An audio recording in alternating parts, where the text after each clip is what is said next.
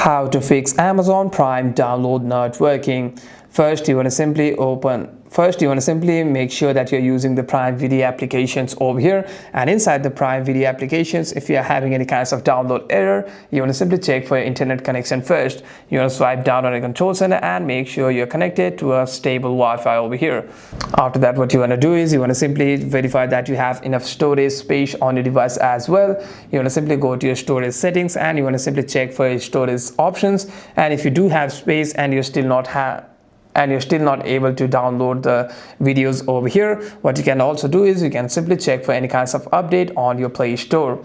Open your Play Store and you want to simply search for Prime Video over here. After that, if any kinds of update is available, you want to simply update the app from here. After that, you shouldn't be having any kinds of problem while downloading any kinds of show on the Amazon Prime. Hope this video is helpful, and if you have any further questions, make sure to leave a comment down below.